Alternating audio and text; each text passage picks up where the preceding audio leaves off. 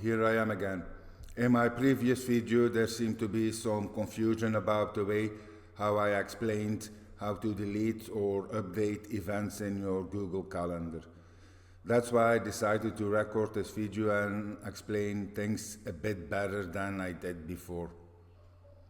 So I already did something. I filled with my calendar with A, B, C, C, D, D, D, D, D.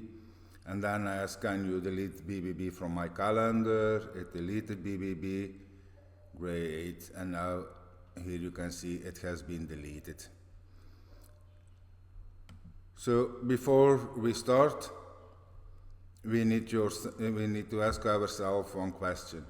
What do we need and what do we want? So we want to delete, here in my case it's BBB from my calendar. So at the end, what do we need to delete? We need the ID of the event. So I'm gonna write things down. To start, the first thing we need is what we need.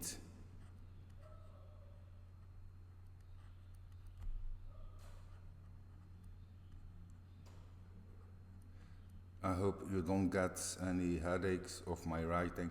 So we need the ID of the event. The second, what we have already. And what do we have? We have the name of the event that has to be deleted and the date from where it has to be deleted. And we have the date. So how can we connect the name to the ID? That is step 3, where we get the IDs.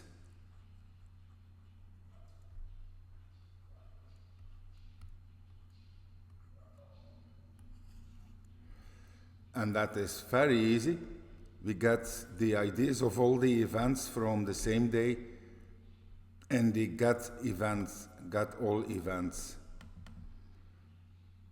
So if we open it, we have the event name, and here we have the ID. So I'm going to write this down again. Get all events. Oops. From this date. So this will give you the name or the summary and the ID. So in this case we have A. Let's say it's ID 1. B is ID 23. Is ID oops. And then we have the. And here is where the if statement comes in place, where we can match the ID with the name. So if the name is in this column, so this name is in this name column, so it's this one, then we take this ID and we continue to the deletion of it.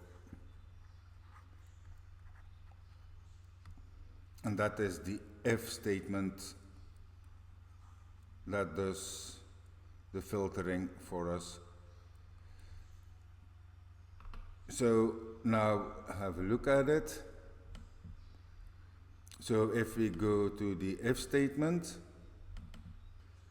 so it goes through all of the events and then it searches for an event, and if that event is equal to the thing that needs to be deleted, we need to continue. And in our case there was one true branch, so one item matched this condition. If there is no item matching this condition, and that I forgot, then we have to write a response here, say there is no matching event, so it cannot be deleted. So here, if the events, both events match or both things match, then we continue with, so we continue with BBBBB and the ID of BBBBB. And this ID we can use in the delete event. And here we have this ID, and that we put here, and the success is true, so it got deleted. I hope this explanation was a bit more clear, and if you liked it, give it a thumbs up and subscribe to my channel and stay tuned for more content